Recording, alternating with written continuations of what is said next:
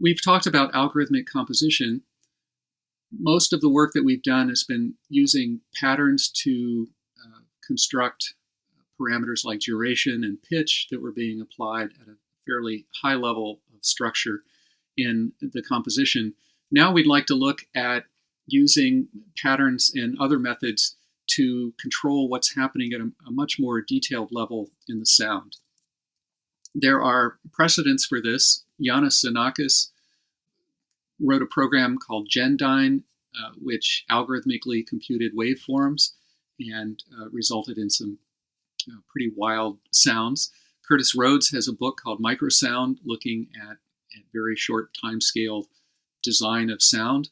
And a granular synthesis is an example where we construct and change parameters of very small grains, sometimes using algorithmic composition techniques. What we're going to look at now are signals and sounds controlled by patterns and patterns controlled by signals. First, we'll look at a function called pat control. So pat control takes two parameters, a duration pattern and an amplitude pattern, and it constructs a stair step according to pattern values. So you can see that the duration pattern is a cycle of 0.1, 0.2. And if looking at the output, we see a duration of 0.1, 0.2, 0.1, 0.2. So the durations of these steps alternates according to the pattern.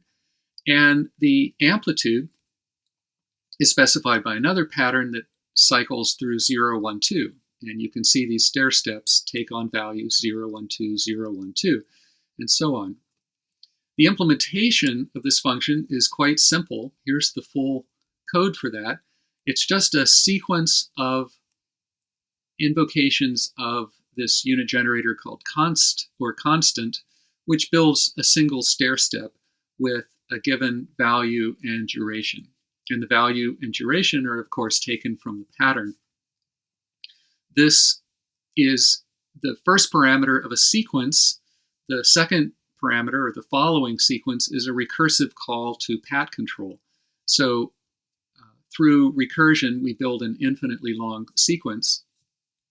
And notice that the duration returned by pat control is actually infinite. And so we'll have to deal with that later, and we'll see that.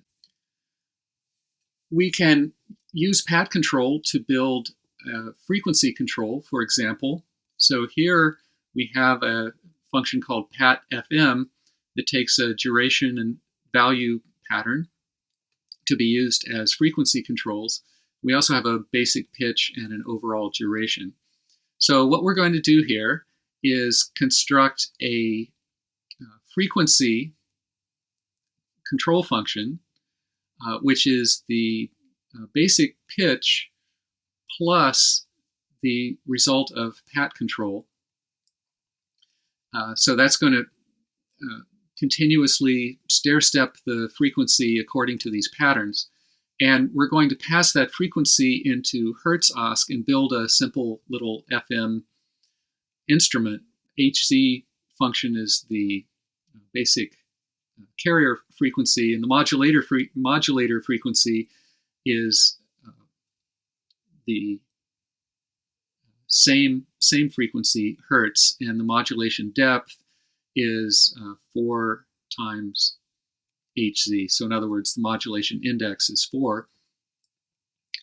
And the overall duration is controlled by multiplying this oscillator, which would go on forever. We multiply it by a PWL function that ends at the specified duration. So let's listen to some of that. This is for actually fairly complicated patterns for duration and frequency.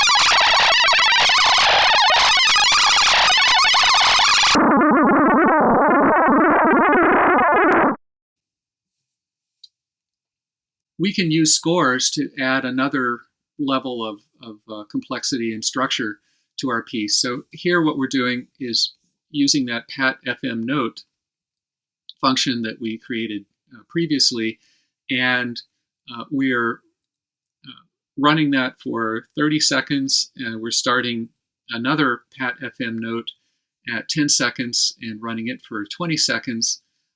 They have different parameters, different pitch starting points, and some other parameter changes. So let's listen to this. And I think you'll hear these 4 different sound events entering and adding another layer of structure.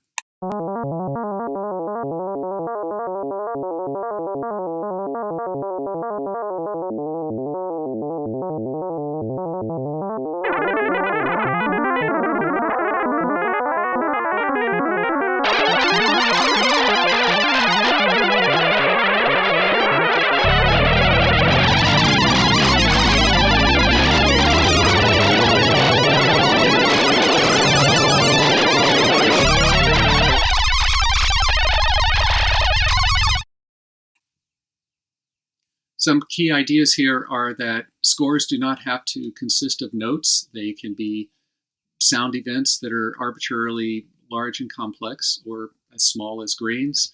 The packaging of a complex behavior as a Nyquist instrument, so an instrument just being a function with keyword parameters that return sound. This kind of packaging supports hierarchical composition and allows you to invoke these behaviors through scores, through programs, or even using ScoreGen. Now I'd like to talk about using Nyquist sounds for global control. So we previously looked at patterns that were generating sounds. Now we'll look at sounds that are parameters to patterns. Scores are fine for events, but what about continuous change? We saw before this example of using tendency masks to control kind of global parameter changes. And that's what we're going to do here, only we're going to inject those global controls through patterns. And the way that we do this is, as we did before, we'll use sounds to specify global continuous evolution of parameter values, and we'll access the sound using the primitive sref, which is kind of like an array reference, except that we're referencing the value of a sound at a particular time. The sound can be any sound, but typically a control function, and time is relative to the environment in which sref is evaluated. So a time of 0 really means now, whatever the current now time is in the environment. So remember that while behaviors start at the now time, an existing sound has a definite start time, which is probably 0. Here's a template for global control using sounds. The global control is going to be provided by this variable pitch contour, which is initialized to just some arbitrary envelope. We're also implementing a function called getPitch that uses sref to access pitch contour at the current time. And then somewhere inside this function pwl pat_fm, we are going to make a pattern called using make_eval. So the make_eval pattern constructor gives you a pattern that when is asked to deliver a value, it evaluates a function. That's why it's make_eval. And the function is specified as a Lisp expression. So in the simple case of a parameterless function call, you just put the function name into a list. And it's quoted because we're using this brace notation. We could also write this as list of quote of getPitch. Okay, so now every time this pattern gets evaluated, it's going to give us the current value of this pitch contour. We can also use contours in ScoreGen. So here is a similar idea. We have a pitch contour variable, and inside ScoreGen, we are going to use sref to access pitch contour. And notice that rather than accessing it at time 0, we access it at SG start. Why are we doing this? It's because ScoreGen is more or less out of time. These expressions are not computed in time. In other words, during the computation of the sound, the score is all generated at time 0. And so when we go to access pitch contour, since now is 0 and the access is relative to now, we have to offset that by the starting time of the note to get the right contour value. So then we can take the score and compute it, and we'll get some result like pitch that depends on the pitch contour. Here's some examples of that. We'll start with this one.